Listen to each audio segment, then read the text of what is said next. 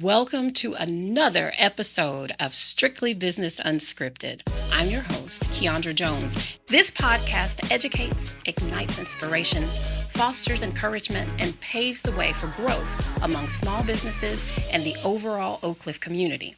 But first, I'd like to thank our sponsors, Dallas Zoo, Home Care Network, Breakfast Brothers, and Serve Pro.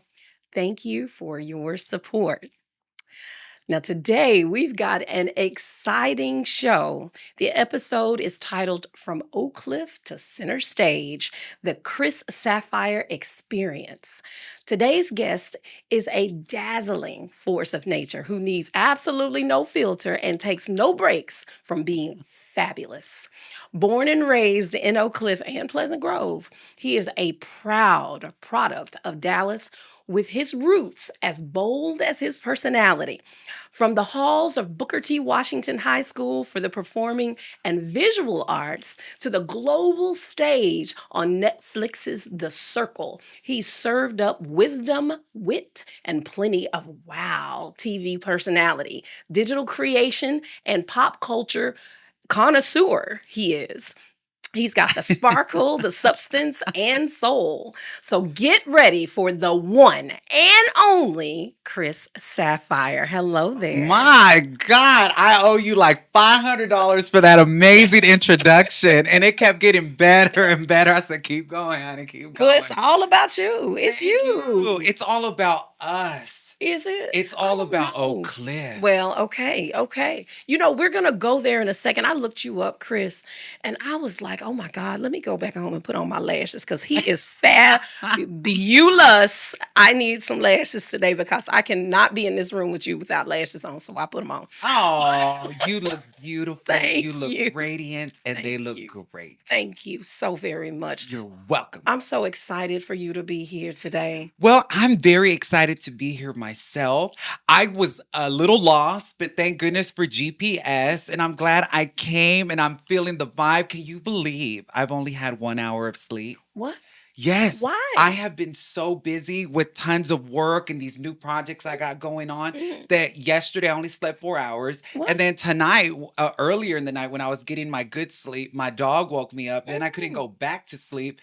And I said, Lord, you know what? I'm sleepless, but I'm blessed. Oh and my God. Whatevs. I love that. So I've got so many questions based on that. So let's talk about your faith. I could Okay. tell as soon as you came in here that you were just a force, and it has to come from a place. Let's talk about your faith in God. Well, it all began for me when I was 14 years old. So I was raised Catholic, like most Hispanic folks out there. Mhm. But it really came and presented itself to me when I was 14, going through a lot of bullying by grown adults or bullying by teenagers out on the DART bus, the train. And my scholastic life was incredible. So it was weird because it was adults and grown teenagers out in public that were really coming at me in a way that it took a toll on my mental health. And so one day I was in a really dark place. And there was a book on my bed, and that book, I opened it right at the perfect time and it introduced me to God. It spoke to me in such a way that it really hit that special place that needed to be touched by something beyond. And since I was 14, I've been writing with it ever since. And I have seen it work. I have seen where it opens doors and changes me from within. And it has changed every part of my being. And sure, the road hasn't always been easy. Sure. It has its ups and downs. Sure. But it has never misled me or steered me wrong. And we are here because of it. Yeah. So I take no, what's the word? I've only slept 1 hour, so my brain's a little foggy. I take no credit for anything I've ever achieved. I take no credit. And I say that gladly because I give so much joy and glory to God and that power that I draw my confidence and strength from. Like I said on The Circle, I call it Godfidence. It ain't confidence. It's beyond that. Oh my God. I love that term. I'm going to steal it from you. Well, I'll be honest, it's not even my term. I forgot where I heard it, but I said it on The Circle, and everybody's like, oh my God, you need to put that on t-shirts and stuff. And somebody out there thought of it too, but I'm glad that it was magnified somewhere. Yeah. Oh, I love that. Chris, you are so, if anybody were sitting here, they could feel like power just radiating from you. You are such a force. I know it comes from Christ. I know it comes from God. But where do you get this energy? It is that. It is exactly that. It comes from that. Um, the way it just changes your worldview. And it begins within how you see yourself and how Mm. you learn who you truly are when you tap into this deep spirituality, but really get into it, it changes everything. And Mm. when you know who you are and where your strength comes from, you do everything from that point. Mhm. And Mhm. so that vibe Mhm. is beyond. It's Mm. the beyond. Mm. Because when people tell me that out in public or whatever, they're like, whoa. Mm. I'm like, it ain't me. Yeah. It's him. I love that. I love that. So you touched on knowing who you are. Yes. Who are you, Chris? I think I am a supernatural being that is living in the flesh for a temporary time, Mhm. experiencing the planet. Mm. And so my only objective here is to spread faith, fun, and fabulosity. Listen, I need to just walk behind you with a pen and paper and just jot down little things you say. We can make all kinds of t-shirts. Hey, Faith, fun, and fabulosity. that's it. That'll be the name of my future book one day. Or maybe the future title of my future book will be I Wrote a Book. I like both of them. That is amazing. Okay, so before we started rolling, you said that you used to go to East Texas, and everybody knows I'm an East Texas country girl. Talk Yes. to me about what you did when you went to East Texas and where you were. Well, we had some friends of the family out in East Mm. Texas, and my mom would always be like, let's go visit Georgina and the family. So we'd go. And one thing that I love about Georgina, may she rest in peace, she used to make some badass fried chicken. It was Mm. so good. Yeah. And some of the fond memories I have of driving to East Texas was listening to Mariah Carey. Mm. Always Be My Baby back in the early mid 90s. Yes. It was a magical Yes. time. It was a magical. Music is not quite like that anymore. No, not at all. And that's kind of sad. Mm. My friend and I talk about it all the time how Mhm. the 90s was just such an amazing time musically. It was almost a renaissance. Yes. Because if you think about it, Mm. Key, that's the new Key, nickname. Key. Key I and love McKee. Key and McKee. The rock music, the pop music, the R&B music. I Yes. mean, they just announced the other day, Monica and Brandy, that they're finally going on a tour I together. saw that after all these years because we've always thought they were fighting, right? That was the rumor. And so look at this. I believe they said 27 years later. Yes. They haven't done anything since The Boy Is Mine, I think. Let's just sit there, everybody watching, Yeah. and let that soak in Right. 27 years. Yeah. Do you think they've been beefing that long? I've been watching the interviews online, Mhm. and whatever they had, it was probably a misunderstanding from the times. Uh-huh. But since their versus appearance, I think they've squashed whatever that Good. was. Good. We should all squash I think petty. so too. Look petty at how things. quickly time is flying. Yeah. There's no time to keep none of that up no Yeah. more. That's right. That's almost 30 years ago. Yeah. You want me to put it into perspective? Put it in. Let's just imagine it's the year 2000 right now. We're Mhm. talking about something that happened in like 1970. That's crazy. When you put it like that, Yeah.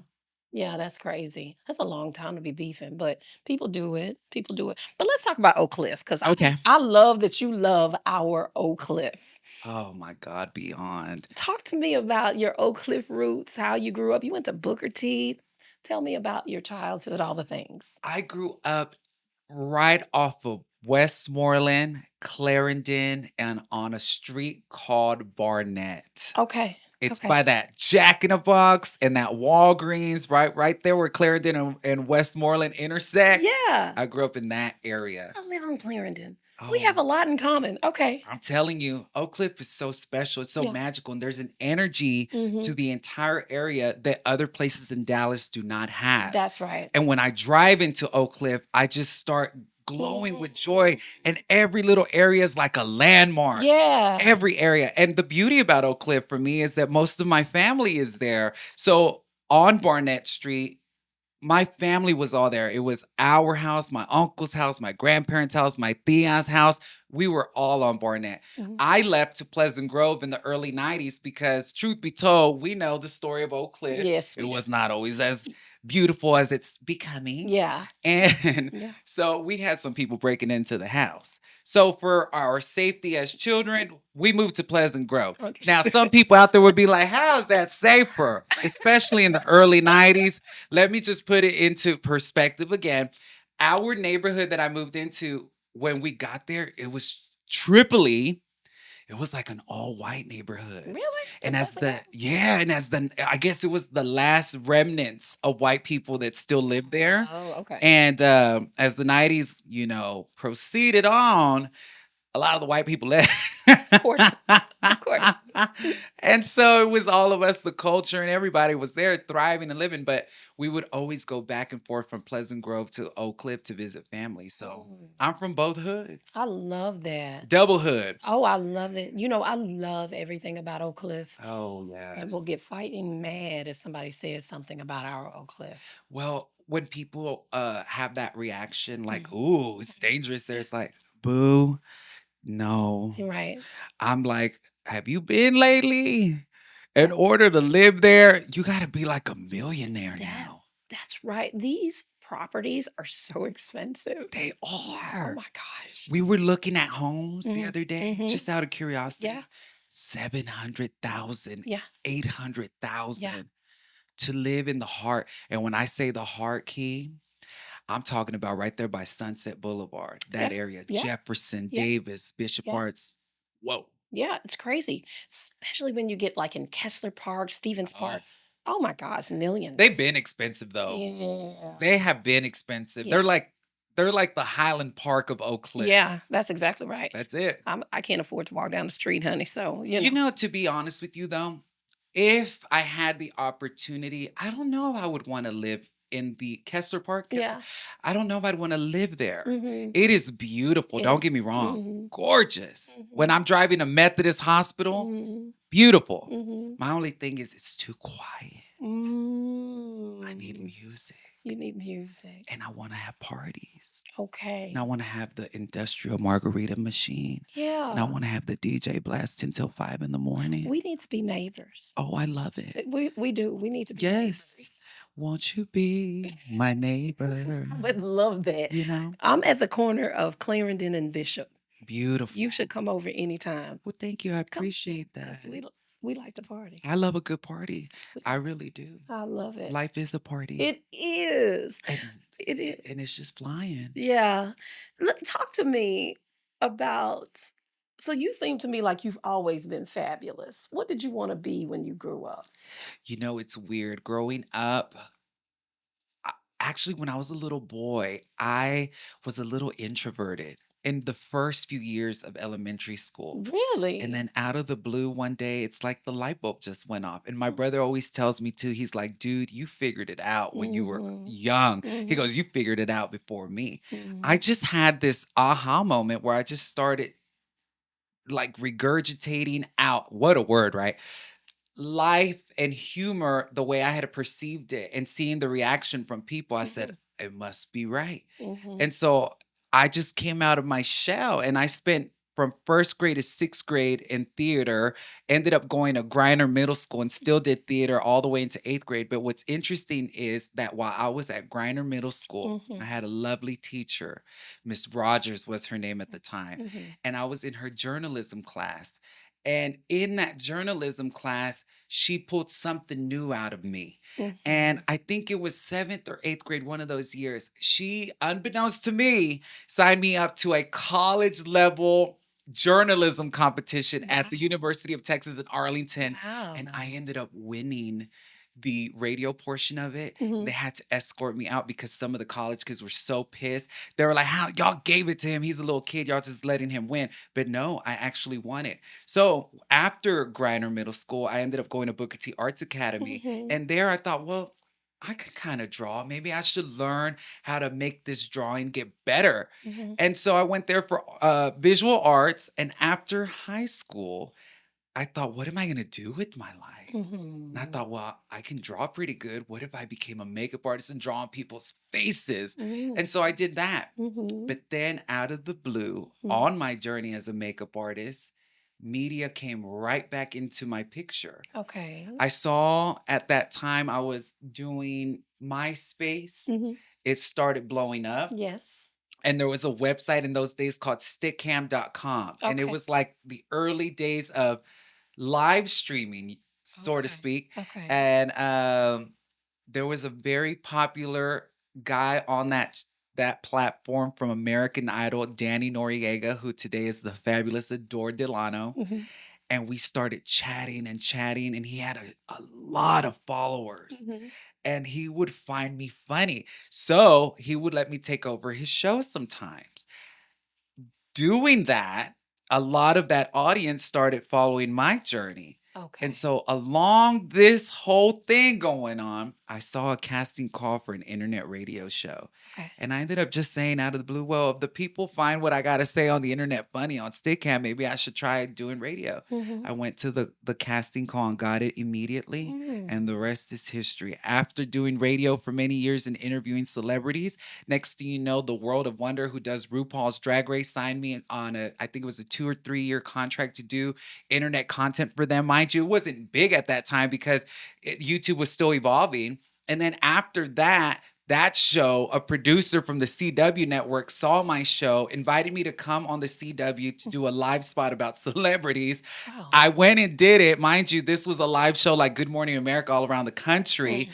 I did my spot. On my way home afterwards, the phone is ringing. They're like, Chris, they really liked what you did. Would you be interested in doing this for the rest of the year? I said, sure. Well, honey, next thing you know, I'm up at the studio doing my pop culture reporting live to the country all around America. And sometimes when the anchors were gone, I was on the main desk doing the whole show. Wow. So talk about an evolution. And so after that CW thing ended after a year, the CW ended up going in a different direction and new shows were coming along.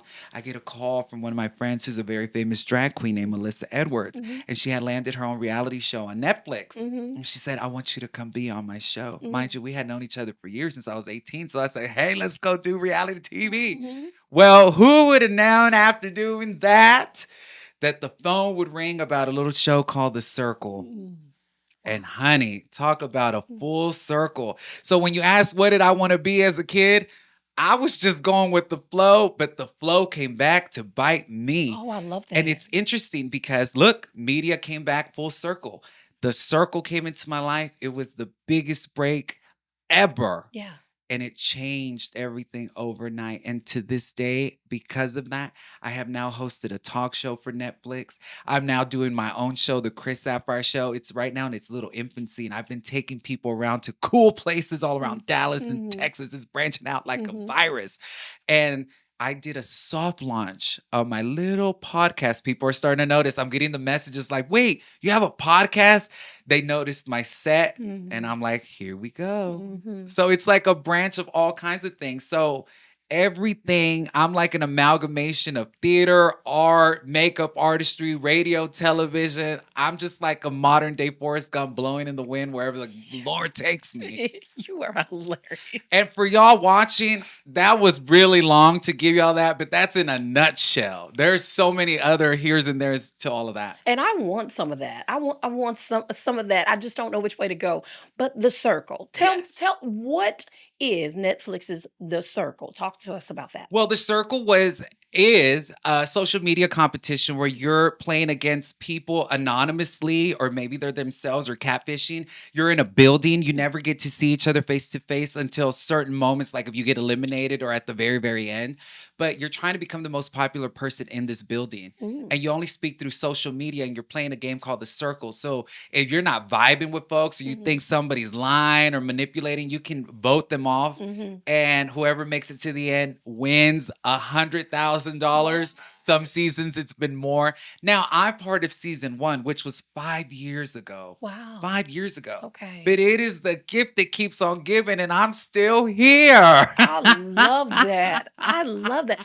You have had such a successful career. Obviously, you are super duper talented and educated and fabulous and all the things. I have kind of a strange question for you. Anything, ask me. So you are beautiful. Thank you, Revlon. Revlon. Do you think that there is such a thing as pretty privilege, and has that contributed in in some shape or form to some of your success? Well, that is an amazing question. Thank you.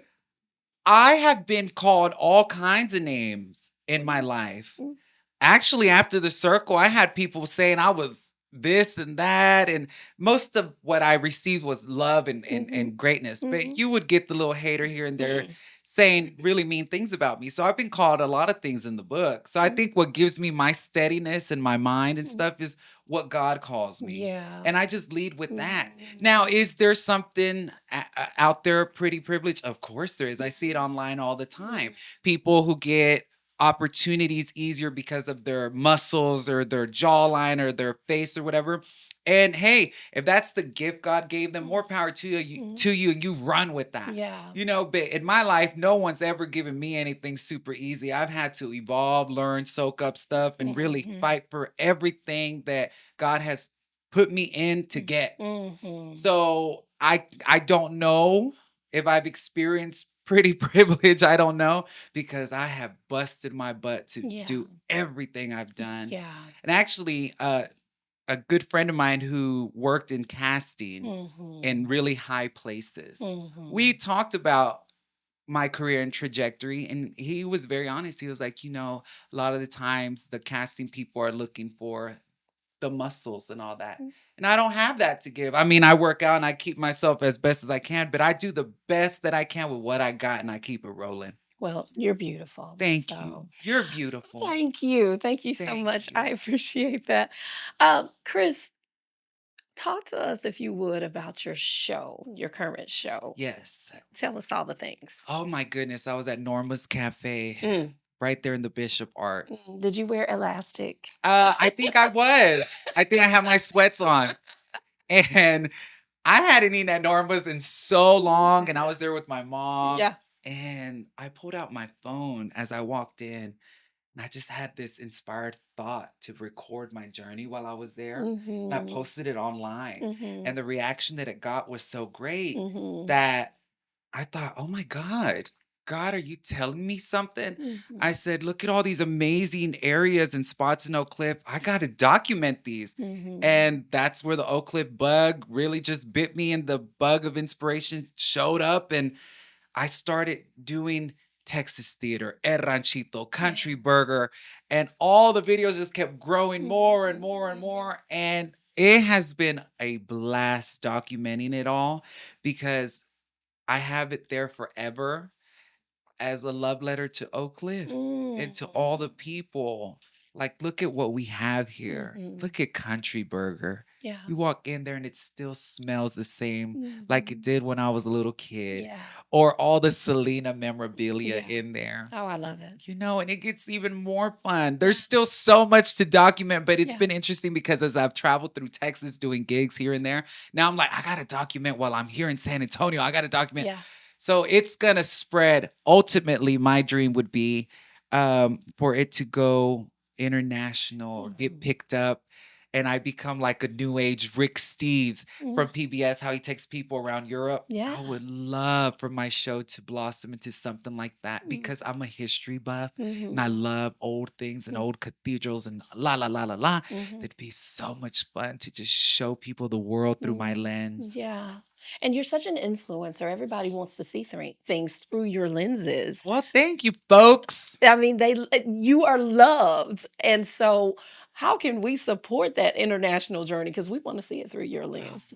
What can we do? Lord, Key, Tell me. if anyone's out there that works in the television or production world and wants to get a bite of this apple, Mm-hmm. hit us up. Yeah. Let us know because I am ready. I've been ready. Mm-hmm. And I'm so excited that the public's receiving it. Mm-hmm. And so I'm self-producing it myself. Okay. And it'd be nice to have a team to help me. I understand that. I Yes. understand that.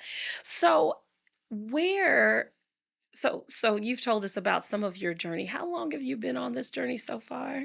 Wow, the circle was back in 2020. Yeah. It's been 5 years after that life-changing moment. But Right. my journey in entertainment and Yeah. makeup artistry, all that started in 2007. And I had auditioned for so many shows throughout that journey. Mhm. I even got cast on a show in 2011 out in New York City. But when I got back to Dallas, they dropped the whole thing. The network decided not to move forward with it all. And so many shows had put me on hold or retainer or this or that. So I always saw it as a roller coaster. I was right at the top, but I never got to enjoy the drop. And after doing Dancing Queen with Alyssa Edwards, and then going on to the circle and really getting to show the world me, Mm-hmm. that was me enjoying the drop for the first time. Oh, wow. To that Wow. level. Wow. Yeah. Wow. I know I'm kind of all over the place. There's so many layers to you. I want to go back a second. So for me, if I need inspiration, I'll usually like look at Beyonce or all the things, because she's just so everything. Who do you, from your clothes, which are so fashionable all the time, your hair, all the things, who inspires you? Oh, that's a great, oh, you're good. Thank you. That's such a great question. Thank you. I actually have many. Okay. I grew up loving Grace Jones, Mm. Boy George, Prince, Michael Jackson, Tina Turner. Oh my Mm. God. Fabulous. Oh, Yes. it gives me chills just saying her name. I Yes. love Tina. Yeah. I draw inspiration from her tenacity.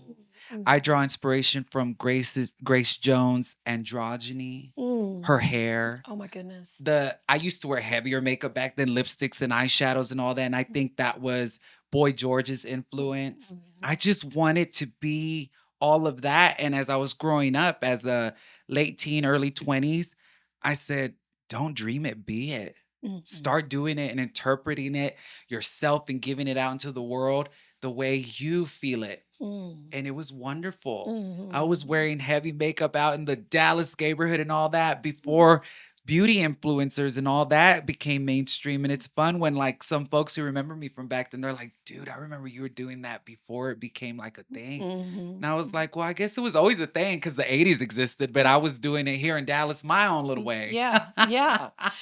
It takes a lot of confidence to be different. It does. Where did you, Yeah. I mean, if you were doing those kinds of things before, the other folks were doing it, where did you get that confidence I to be think, different? again, it's the spirituality telling me I'm protected, that I'm Yeah. not put on earth to please people, but to Mhm. please God and Mhm. radiate his light so that he gets the glory. Yeah. And so it's fun when you're told to radiate your light. I love that. It is, Yeah. don't dim it. Yeah. Just accept what you are through him and let it flow, let it glow. Yeah. And no matter how much you try, you can't stop him. So don't listen to the anxiety, listen to the calm, to the cool and collectedness, and just be. Mhm. Accept it and be. Don't even try. That's the beauty about God. With God, you don't have to try no more. You just Mhm. rest Mm. and be it. Oh, I love that. I love that. And that's what we do. We just are. Mm. So, Chris, pop culture, it runs through your veins. Love it. If you could interview one icon, who would it be? Oh, you're on a roll. If I could interview one icon, because there's so many Mhm. at this moment, I think it'd probably be Cher. Cher. Really? Cher. Why? Cher. She's awesome. Oh, where to begin? Her costumes, her drive, having a number one hit through the last 6, 7 decades, not giving up when the world was telling you you're over with, and always coming back like a phoenix, stronger and more powerful than ever, always constantly evolving, improving. all those that said she couldn't, wrong. Look at her, an Oscar winner, everything. Oh, I love her. And it's sad that so many of our legends are starting to leave the planet. So while she's still gracing us with her presence, it would be so cool to interview her. I'd also like to interview the Pope. Tell me why. Well, to pick his brain a bit, like, I want to know about his spiritual journey. When did he come into it? I want to know what he thinks about certain issues or topics, or what he would tell somebody who's been pushed away by the entire world. You know, as gay people, we climb a lot of mountains. Yeah. You know, and a lot of gay people have really been hurt out in the world. They've been thrown out by their families. Yeah. They've been thrown out by their friends. And can you imagine being told by the world that you're even being thrown out by God? Where do you go? Yeah. Yeah. Where do you run? You know, I wanna kind of segue a little bit. I recently that gave me chills. I recently went to my first gay parade. Hey. Yes, in Fair Park. And as a Black girl that grew up in the country who was conditioned a certain way, of course, we're taught that gay is not the way. Right. And I don't know that I had a strong opinion about it one way or the other ever. I don't know. I mean, I just knew that that was my conditioning. But I went to that gay parade, and I will tell you, I've never felt so loved before in my whole life, and accepted, flaws and all, because it wasn't just about who you love. It was That's it. about celebration of difference. Yes. And I think there was a light bulb moment for me. Look at my nails. Look at you. She's representing, y'all. Look at my nails in celebration of Pride Month. But you know, I never really gave it much thought that there's a whole community of people that are thrown away. And I just want to say, I am so sorry for the way this world treats you or other people just because there may be difference. Well, you don't have to apologize because it's not your fault, you know? And I think that's why I'm here. I think that's why God is using me, like he used Paul, like he used Noah, Yeah. like he used all these different characters. Yeah. And I'm a different person, and maybe they would say, oh no, God, this or that, but they're hypocrites. Yeah. They're hypocritical because they give themselves so much grace, but they don't give others grace. Yeah. And they live in this philosophy of grace for me, but none for thee. And it doesn't work that way. Yes. The job has been finished. The mission has been done. Our job is not to look at people and say, sin, sin, sin. When the Lord looked at that criminal on the cross who had no time to correct his life and said, you'd be in paradise with me tonight. That's right. Just because he believed, even to the size of a little mustard seed. And so I know that the job is done, and that whatever mistakes we may commit or not commit on this planet, they don't count against us no more. My mistakes will never be more powerful than the blood of Jesus Christ. That's right. So I live in the freedom that he died for me to enjoy, the freedom from worry, the freedom from condemnation, because those who believe are no longer condemned, and the freedom from works. Christianity is not a That's right. works-based religion. That's right. Where your straightness or your charity or you showing up to church every Wednesday, Saturday, and Sunday will get you brownie points with God. Our good works are like filthy rags to God. Little Old Testament verse for y'all. And so all that Jesus asked from us was to love others. That's right. That's it. That's love right. God and to love others. That's right. He made it so easy. But some people like to still put themselves under the law. And if you do that, then you know what comes with it. Yeah. That if you break one of the laws, you broke them all.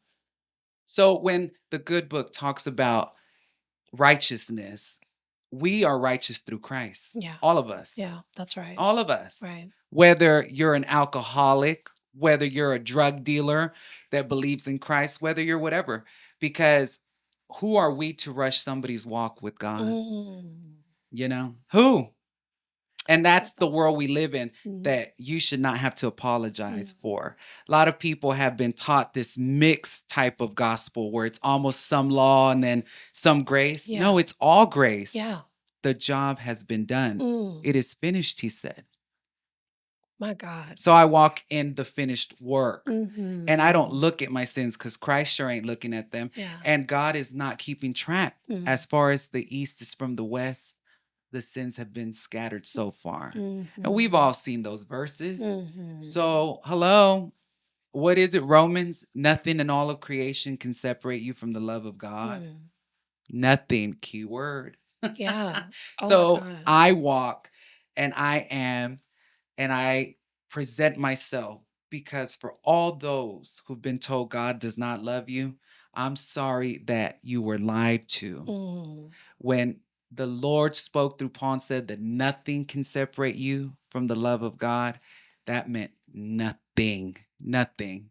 So when people tell you God doesn't love you, that's a lie. Mhm. And if you know anything about Christianity, folks out there watching, you know that there are 7 things God detests, Mhm. and one of them is a liar. That's right. So y'all need to stop lying to people. That's right. God loves everybody. That's Mhm. why he came to the planet, to save us from what? Ourselves. Yeah, that's right. That's exactly right. Oh my goodness. We could literally have a conversation just on that. Oh, I love it. Just I about. love it. I can talk about it day and night. Now, so I feel like my presence in some way is a ministry. It's a Mhm. ministry about you are welcome to. There's enough pie for everybody. So Yeah. go get your slice and start walking in it so that that depression, that anxiety, that second guessing, that obsessive compulsive disorder, that overeating, that depending on others, all that can finally go away. A Mhm. lot of people want to know, I need help. I need this and that. It's already there. Yeah. Now go get it. Yeah. It changed my life. Yeah. It got me out of the depths of depression and almost myself. And look, I'm still here because of it. Yeah. Oh my goodness. That's that. You are powerful. He is powerful. Yeah. Yeah. I'm just the puppet. Well, through you. Um, you know, I want to keep going down that path, but I've got so many other questions for you. Okay, so your content, so you're obviously a very real and powerful force, Thank you. and you can feel that, and sitting in this seat, we get to meet several people, and and you can tell the genuine from those that are not. And Mhm. I can most certainly feel that you're genuine. How do you keep it fresh on your show? How do you make others feel your passion when you're passionate about something? I try to create content that I would watch. And Mm. for everyone out there, take that little nugget. Mhm. Would you watch what you just created? Mm. As you are editing it, Mhm. would you watch that all the way through? Yeah. Create what you would watch, edit what you would watch, speed it up if you need it sped up. Make what makes you happy and would entertain you. And if it would entertain you, then put it out into the world. Yeah. And it's going to entertain somebody. And I try to find things that I like, that are relatable, that are fun, that are universal. And I love food. I love food. I could talk about food 24/7. I love spicy food, all of that.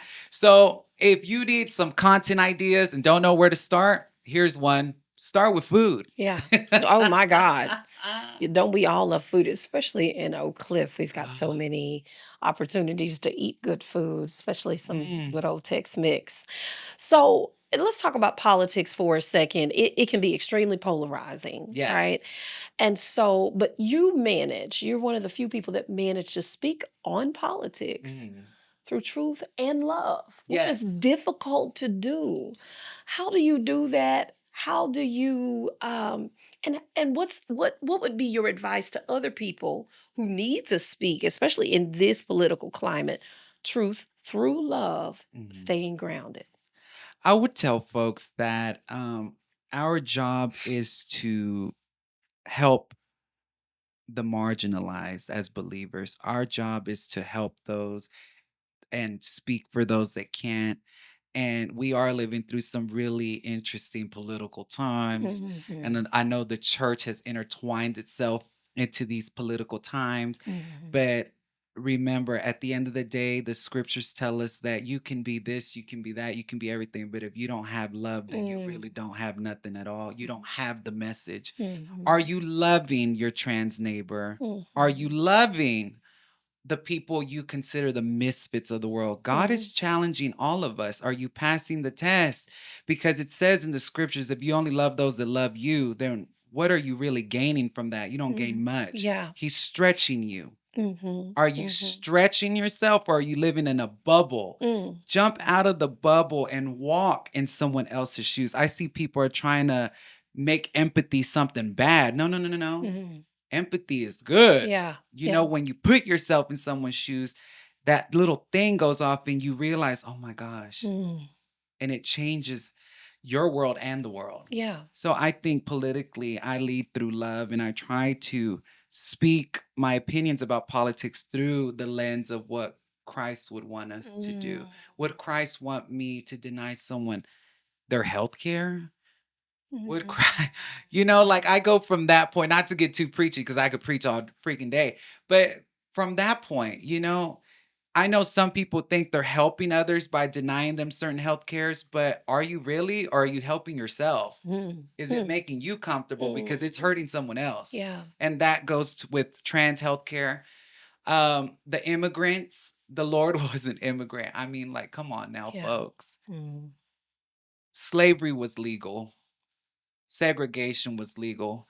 Just because certain things are legal does not mean they're always good. You better say it. And come on, folks, we are grown adults. It Hmm. is 2025. You better say Do it. not let hate become your mission in this world, because we can leave this world at any moment. That's right. Do you want to leave on that note? Right. I want to leave on a high note. That's right. That's right. And I think everybody, even those watching, everybody wants to be invited to the barbecue.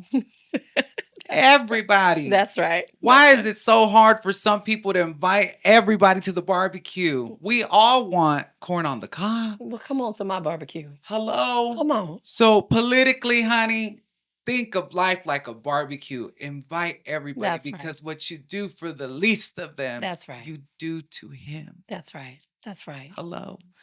Chris, you are you are I amazing. mean, it's easy though, Key. You are amazing. People make it hard. They do.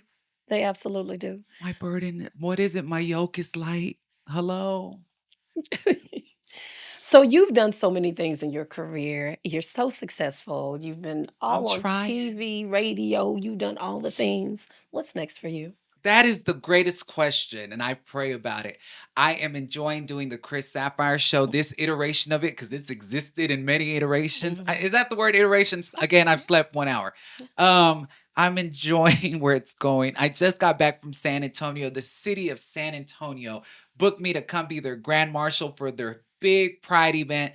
I felt so blessed being on that river walk, just waving to the masses, Yeah. to all the lovely people. So I will tell you this. Every now and then I get this little feeling. It's like this weird conviction. And then something big happens out of the blue. Mm. In 2019, I got that feeling. And I told my mom out of the blue, I said, Mom, I need a passport. She goes, why? I said, I think God's going to take me around the world for the first time this year. That summer, I got on the circle. I get a call, Chris, we need you in France by Friday. And I looked at my mom and I said, I told you. Well, I've been getting that feeling again. Wow. And especially like after San Antonio, I was driving on my way back to Dallas. And I just felt this spiritual thing, like Mm. something's coming. Mm-hmm. And I'm so excited Mm. because unbeknownst to the people out there, when I was on the circle, I was going actually through a spiritual kind of like test in my life. Mm-hmm. And when I got back home to Dallas, I started seeking answers and stuff. Mm-hmm. So whatever I'm being prepped for spiritually, it's only going to make my next thing Mm-hmm. even better. Even better. Even better. And I look forward to it. So Chris, you have taken us on a journey today with you, and I love that. Thank I you. love your journey. It's so beautiful.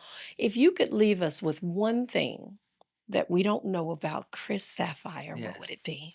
it be that I'm not perfect by no means. I'm flawed like everybody. I got cellulite too. No. But Oh. I learn from my mistakes and I evolve as a Pokemon and Mhm. I keep it moving. Mm. And so life is short, folks. And remember, spread love like butter because we all love butter. I love that. Well, thank you so much for being here today. Thank you for having me. I love this. I love the energy. You are phenomenal. Thank you. Great questions. Thank you. And remember, folks, don't stop till you get enough. And when you get enough, keep going. And you heard it right here. We were here with Chris Sapphire. We'll see you next time. I'm your host, Keandra Jones. And again, thank you for watching another episode of Strictly Business Unscripted. We'll see you next time.